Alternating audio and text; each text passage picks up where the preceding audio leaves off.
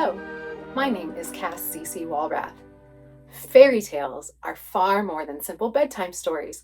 They're moral compasses, cultural mirrors, and historical artifacts. These narratives preserve fragments of past cultures, revealing practices such as arranged marriages, beliefs in divine intervention, fears surrounding female autonomy. Take Little Red Riding Hood, for example. Charles Perrault's 17th century version warns aristocratic women about seductive wolves, reflecting societal fears about female virtue and male predation.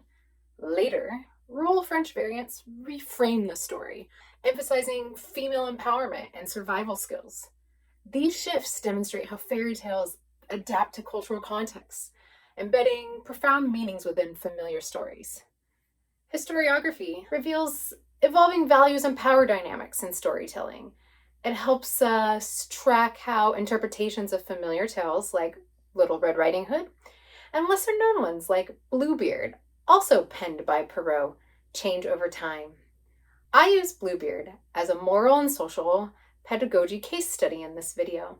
While Perrault's original tale served as a cautionary warning against curiosity and disobedience, particularly for women, historians have reinterpreted it to reflect shifting cultural attitudes towards gender, authority, and morality. Using Bluebeard as a lens, I'll explore how these narratives offer profound insights into the moral landscapes of their creators and storytellers and changing priorities of the historians who study them.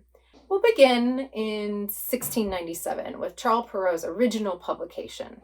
So Perrault wrote Bluebeard as a cautionary tale, right? And this reflects 17th century concerns with morality and obedience. Fast forward to historians in 1985, starting with Pamela Berger. She broadened the context of connecting fairy tales to ancient fertility myths, showing how cautionary tales evolved to reinforce moral and cultural authority and masculine hierarchies. Her framework offers valuable insights into how storytelling enforces societal control and gender norms.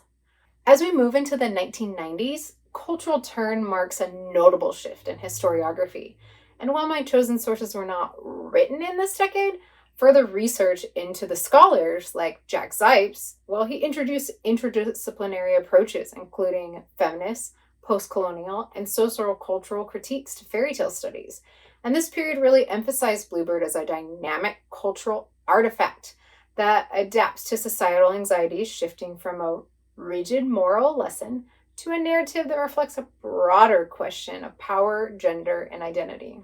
Moving into 2009, Ruth Bodenheimer in Fairy Tales: A New History categorized Bluebird within a transgression punishment model, but her structuralist analysis focused on how these narratives functioned as tools of societal control. In 2012, Jack Zipes expanded on the cultural turn with the irresistible fairy tale. He framed Bluebird as a cultural meme, highlighting its adaptability across time and cultures. Maria Tatar, in her 2020 work, revisits Bluebird through a feminist lens, emphasizing the tale's inherent violence and its use as a tool for patriarchal control. Tatar critiques its moralistic pedagogy and how it addresses societal fears surrounding gender equality. Susan Ehrenstein's 2021 book really deepens this analysis by tracing the medieval roots of fairy tales like Bluebird. She shows how these narratives served as tools for social cohesion, reflecting and reinforcing religious authority, moral teachings, and societal expectations. Ehrenstein's work ties Bluebird to a long tradition of using storytelling to address anxieties about power and morality while critiquing the marginalization of women. Finally, in 2023, Zipes builds on his earlier work with Buried Treasures: The Power of Political Fairy Tales. He reframes Bluebird as a sort of resistance narrative, emphasizing its relevance in critiquing power structures and inspiring hope for change. Zipes demonstrates how fairy tales, including Bluebird, remain adaptable tools.